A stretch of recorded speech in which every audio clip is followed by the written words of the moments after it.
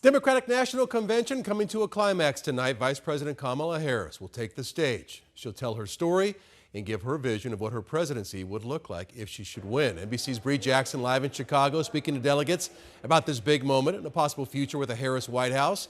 This is the big night, Bree. Absolutely. Good evening, Troy. So tonight is arguably the largest audience and the biggest speech that Kamala Harris will give in her life as of right now. We do know that her remarks are going to wrap up a week of trying to convince voters that she is ready to lead the country. History in the making tonight as Kamala Harris, the first woman of color, will accept her party's nomination for president. The event capping off a convention of celebration and emotion. Kamala Harris! Do something. Kamala Harris is ready for the job. All leading up to this moment that many have waited decades to see. My nieces, nephews, grandchildren can say I too can be president or I can be nominated. I saw that in Shirley Chisholm. I am the candidate. During the 1972 presidential race, Shirley Chisholm became the first black candidate to seek a major party nomination and the first woman to run for the top spot on the Democratic ticket, paving the way for Harris. This is what we dreamed of. The excitement surrounding the campaign also comes with demands for progress. Pro-Palestinian protesters outside the convention this week continue their calls for a ceasefire in Gaza.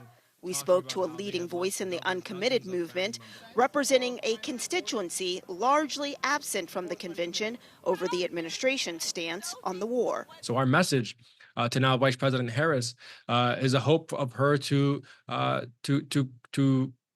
chart a new course, to differentiate herself from President Biden. Tonight, Kamala Harris will outline her policy stances and make her case for voters to make history and take the momentum of the DNC to the campaign trail with the election just 75 days away.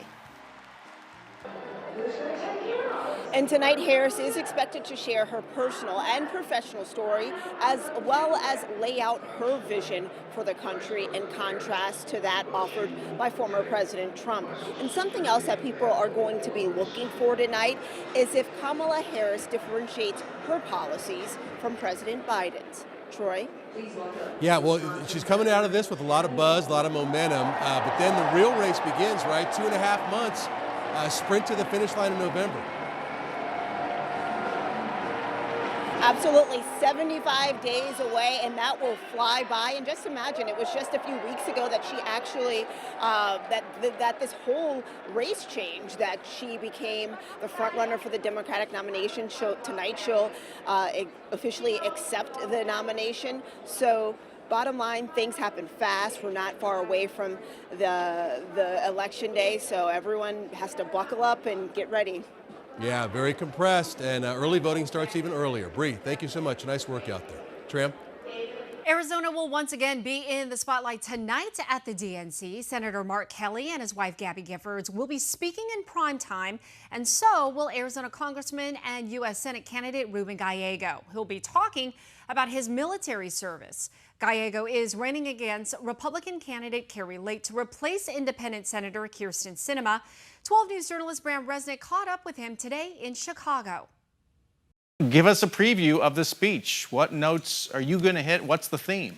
Look, the theme is talking about the veterans, both in Arizona and across the country, honoring their service while recognizing that we have more work to do. And also recognizing the threats that people like Carrie Lake and Donald Trump bring to veterans, especially when it comes to their support of Project 2025. Well, be specific about that. A lot of viewers hear Project 2025, but don't exactly know what folks are talking about. So how do you see that as a threat to veterans? Sure. Well, in Project 2025, it would essentially just destroy what we understand as the VA healthcare system and privatize it, causing the shutdown and closure of some of our VA hospitals, which is very dangerous, obviously, for Arizona, a place that is growing and actually needs more VA services, not less. Donald Trump, I think you know, is in Sierra Vista today on a border visit. The border there, south of there, has a pretty large hole in the fence. Would a Senator Gallego advise a President Harris to complete that fence section as well as other fence sections along the Arizona border? Look, I think you should complete fencing and do more border walls where we need it for security reasons. So if that actually is one of those places where our professionals, not politicians, like the Border Patrol specifically, tells us like that's where they need it, then that's where it should be built. And I think that's what we need to bring back to the politics of the border. Real solutions. And not just people playing opportunistic games. So if Border Patrol or DHS says we need border walls in certain parts, let's build it. Okay, is that a change from your previous position? You dismissed the wall in the past, haven't you? I've dismissed the idea that we need one massive border wall that goes from the San Diego all the way to McAllen, Texas, or Laredo, Texas, because number one, it's not feasible. But I've always been in support of walls where they're necessary. If you look at how I voted for the last 10 years, I have supported border walls and barriers, as well as, of course, hiring thousands and thousands of Border Patrol, more judges, everything we need to actually have a secure border, as well as supporting our local communities that are dealing with the broken immigration system. Donald Trump and Kari Lake's stance is that 12 million undocumented immigrants should be deported. What's your response to that? Well, you're talking about separating 12 million people. I think it would be a blemish on the United States for us to say that we're going to deport 12 million people, especially those that have family here in the United States, those who have kids that are U.S. citizens. You're talking about people that have sons and daughters that are veterans. We do have to do something about the border, and certainly people that have recently come in do not have a right to stay here, and they should be deported. But let's be clear, people that have been here for quite a while, the dreamers of this country, the people that have sons and daughters that are Americans, we should give them an opportunity to right themselves, pay a fine, get in the back of the line, but deportation would be a blemish on that population, would be a blemish on the history of this country. You're missing some excitement here tomorrow. Robert F. Kennedy is expected to announce he is ending his presidential campaign and also expected to say he's endorsing Donald Trump. Is that good news or bad news for Kamala Harris in Arizona? I think it's a different. Like Kamala Harris, Vice President Harris was actually doing very well, especially with Waltz, Governor Waltz on the ticket too. Look, this is a serious campaign. You're making a very weird campaign that President Trump and Vance are running even weirder by now adding RFK, the guy who kidnaps dead bears and throws them in the middle of Central Park, who is absolutely conspiracy driven when it comes to vaccines. And so I don't know exactly what he's going to add to that circus, but certainly is going to be another clown.